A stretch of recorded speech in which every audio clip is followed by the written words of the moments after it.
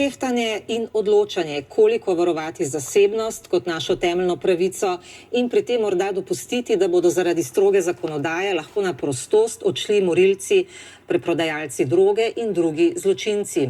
Zato, ker so bili dokazi, ki sicer nedvomno kažejo, da so zagrešili očitana dejanja zbrani ali hranjeni nepravilno.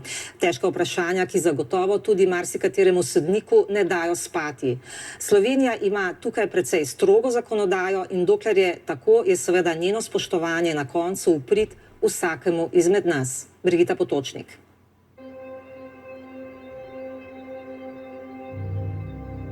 Marca letos okrog 12:30 ponoči je.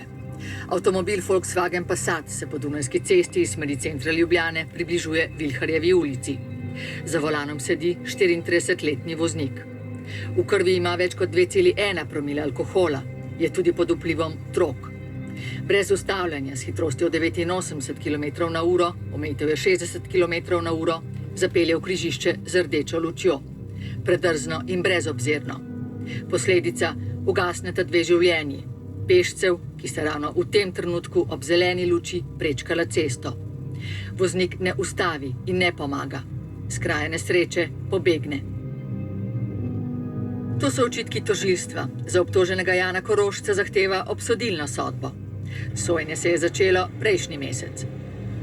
Koroščev zagovornik je odvetnik Benjamin Peternelj. Njegova prva poteza na sodišču je bila zahteva po izločitvi nekaterih dokazov, s katerimi tožilstvo Korošcu dokazuje krivdo. DNK sledi na delih avtomobila, kjer naj bi bil osumljenec takrat v stiku s svojim telesom, recimo na prestavni ročici in volanskem obroču. Drug sklop so pa mikrosledi, to so pa sledi vlaken, recimo na sedalu vozila. Izločitev dokazov je odvetnik zahteval, ker da so bili pridobljeni na nezakonit način. Policija je menila, da postopa zakonito, ker upravlja pregled vozila. Vendar pregled vozila je zgolj obsega vizualni nekak pregled vozila, razen skritih delov znotraj vozila. Za bolj invazivne posege, to se pravi pridobitev teh sledi, DNK in mikrosledi, pa potrebuje odredbo. Policija v tem primeru za odvzem sledi ni imela odredbe preiskovalnega sodnika. Dokazi so bili zato nezakoniti in sodišče jih je izločilo. Izločilo pa je tudi izjava obtoženega Korošca, ki jo je dal policistoma, potem ko sta ga izsledila. Takrat sta ga že imela za osumljenca, zato bi ga morala poučiti o njegovih pravicah oziroma, da ni dolžan ničesar izjaviti. Tega pa policista nista storila. Pri nas sodišča nimajo manevrskega prostora, da bi se lahko sama odločila, katere dokaze obdržati, katere izločiti, razlaga v slovenskem sistemu asistent na Pravni fakulteti v Ljubljani dr. Miha Hafner. Pri nas imamo urejeno izločitev dokazov, zelo dosledno, zelo radikalno rečemo temu. Kar pomeni, da če je prišlo v postopku do kršitve nekih ustavno zajamčenih pravic ali pa če so državni organi pridobili dokaze na nezakonit način, na nepravilni način, je treba takšne dokaze izločiti. Primer. Policija najde v avtomobilu mamila. Ali bo to dejansko na sodišču upoštevano tudi kot dokaz, pa je odvisno od tega, na kakšen način je policija prišla do teh mamil. Najprej na zakonit način pridobljen dokaz. Prometna policija ustavi avtomobil. Med običajnim pregledom policist zagleda avtomobilu nekaj, kar bi bila lahko marihuana. V tem primeru je mamilo, če se izkaže, da je res, dokaz pridobljen na zakonit način. Drug primer. Policist ustavi voznika, ki ga odprej pozna kot uživalca mamil, oziroma ga prepozna kot nekoga, ki je bil že prej obravnavan. Z namenom, da bi avtomobilu našel mamilo, zahteva od njega, da mu pokaže, kaj prevaža, odpre prtljažnik. Če bi policist v tem primeru odkril mamilo, bi bil ta dokaz nezakonit. Avtomobil šteje po naši ustavi v zasebni prostor, v katerega naj oblast ali pa država ne bi posegala. Na ta način se prepreči, da vas, mene, kogarkoli, policist ne maltretira na način, pregledal ti bom avto, ker sem se jaz sam tako odločil. Pravi Koščak, ki je danes odvetnik, znan iz odmevnih primerov, pred leti pa je bil kazenski sodnik. Kot sodnik nimaš izbira, da bi tehtal med nezakonitim dokazom, pa čeprav ključnim, in dejanjem, ki naj bi ga osumljeni zagrešil, poudarja. Vse sodnik znajde v, bom rekel, notranje razpete. Zagotovo. Tudi marsikateri v noč ne spi. Ampak odločitev, vsaj skozi mojo optiko gledano, kot nekdanjega sodnika in sedaj odvetnika, pa mora biti taka, da sta spoštovana ustava in zakon. In če so, poudarja Koščak, prišli do nekega dokaza na nezakonit način, potem sodnik nima izbire. Drugače je v nekaterih drugih državah, kjer imajo sodniki tudi možnost tehtanja. Ja bi pogledala, kako hud poseg v zasebnost je to, da nekdo hrani nezakonito DNK in kako recimo hudega kaznivega dejanja je ta oseba obdolžena. Ne? Če imate vi umor, je na prvi pogled očitno, da je umor, zdaj pravica do življenja, ne? Bolj pomembna kot recimo neka zasebnost oziroma varstvo osebnih podatkov, v katero so posegali z nepravilno hrambo DNK-ja. Zelo veliko diskrecijsko pravico, ali bodo nezakonito pridobljene dokaze uporabili ali ne, ima anglo-ameriški sistem. ZDA, Velika Britanija, pa tudi v Evropi je v resnici med državami zelo različen ta sistem, kateri dokazi se izločajo in kateri ne. Manj stroga pravila kot v Sloveniji imajo v Avstriji, Nemčiji, Franciji, na Nizozemskem in Švedskem. Seveda pa tudi za te države velja, da določenih nezakonitih dokazov ne smejo nikoli uporabiti. To so na primer dokazi pridobljeni z mučenjem, pa izjave, ki jih je dal obdolženec, ne da bi bil prej poučen o pravici do molka, kršitve temeljnih ustavnih pravic in tako naprej. Če pri nas velja, da sodnik nima možnosti presojanja glede uporabe nezakonitega dokaza, pa bi bil lahko naslednji primer, ki se je zgodil v Kranju, v neki drugi državi, predmet presojanja med nezakonitim dokazom in kaznivim dejanjem. 15. maja 2009, nekaj minut čez 1 zjutraj, odjekne v Kranju eksplozija. Nekdo je odvrgal vojaško bombo pred tamkajšnjo policijsko upravo. Poškodovani so bili stavba policije in nekaj avtomobilov. Policija kmalu odkrije pomembno sled. Je bil odkrit profil DNK sledi na tej konkretni žlički ročne bombe. Policija pride do osumljencev starih 18 in 21 let. Na sodišču sta bila leta 2010 obsojena. Pozneje se izkaže, da je bil dokaz za enega od njiju pridobljen nezakonito. Njegova odvetnica v tistem času Anka Kozamernik razlaga, v čem je bil problem. Dokaz je bil pa sporen zato, ker je bil v bazi oziroma evidenci podatkov hranjen nezakonito.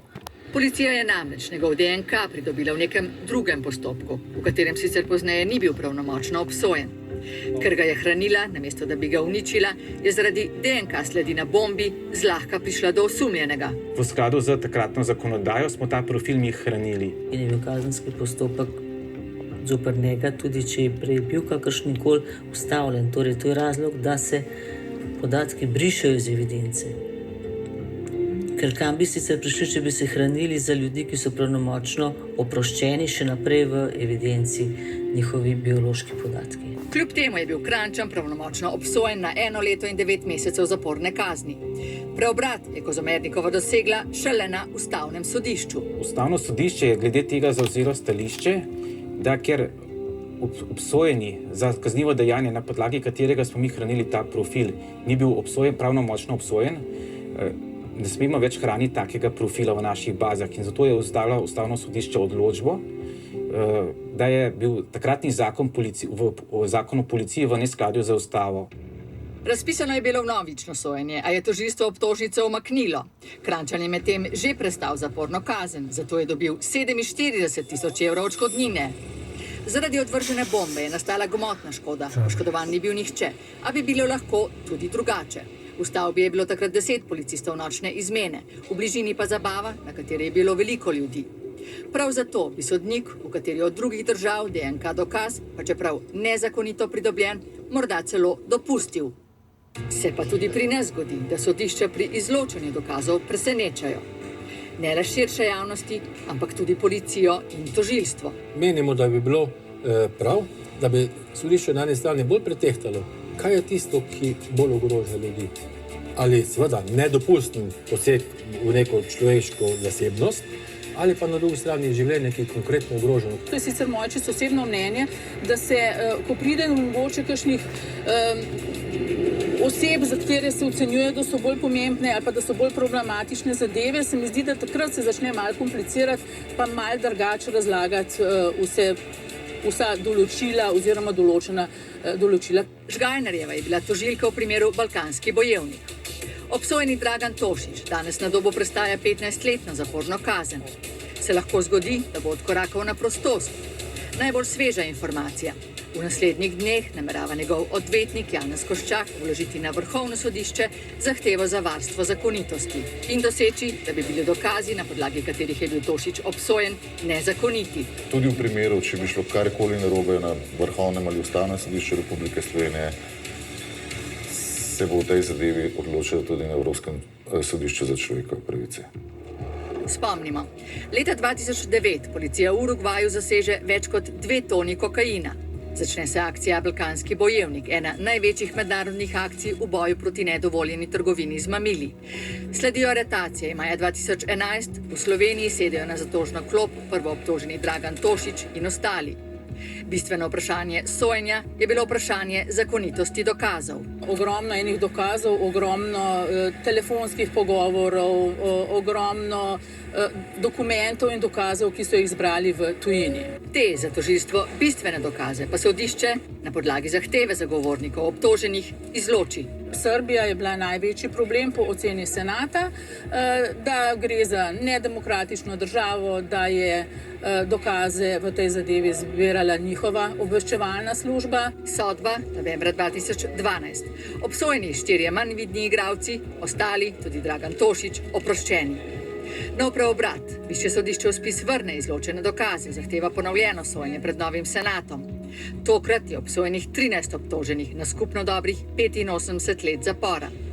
Med njimi Dragan Tošić na 16 let in pol zapora. Višje sodišče sicer pozneje kazni omili, Tošiću na 15 let zapora. Sojenje trgovcem s kokainom je primer, ko sta bili v 2 sojenjih o zakonitosti dokazov zavzeti 2 različni mnenji. Trenutno velja, da so bili dokazi pridobljeni na zakonit način, a naša sodišča bodo o tem, kot rečeno, še govorila. Tošićev odvetnik Koščak danes vztraja, da so bili nezakoniti dokazi pridobljeni tako v Srbiji. Je njihova varnostna obveščevalna agencija, kar je samo v sebi vprašljivo, izvajala prisluhe brez odredbe preiskovalnega sodnika najmanj 1 mesec. Kot v Sloveniji. Je bila telefonska številka, ki jo moj klient uporabil, pridobljena na nezakonit način. Nazaj k sojenju Janu Korošcu, ki mu sodijo zaradi povzročitve prometne nesreče, v kateri sta umrla 2 pešca. Obdolženi krivde ni priznal. Vi gradite obrambo na neprištevnosti? Poenostavno bojo, da. Za izločitev kako pomembnih dokazov je šlo, bo jasno ob izreku sodbe. Korošcu grozi do 12 let zapora.